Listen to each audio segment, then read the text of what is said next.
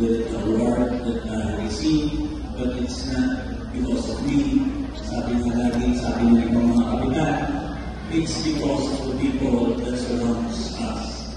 So maraming salamat po sa aking mga kagawad, magagaling po sila, magagaling ang SK, magagaling po barangay staff, down to the last time.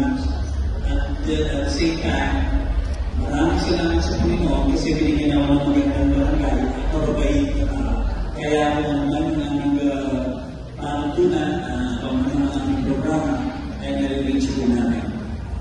Natin ko sinasabi na sa beses ang ating ladaanan po ito, ang paglilingkod sa kapwa. Galingan na po natin, sayang yung pagkakataon na binigay ng Panginoon. Kaya lagi po namin ginagawa at magbigay ng servisyo ng iba sa inaasahan ng mga tao.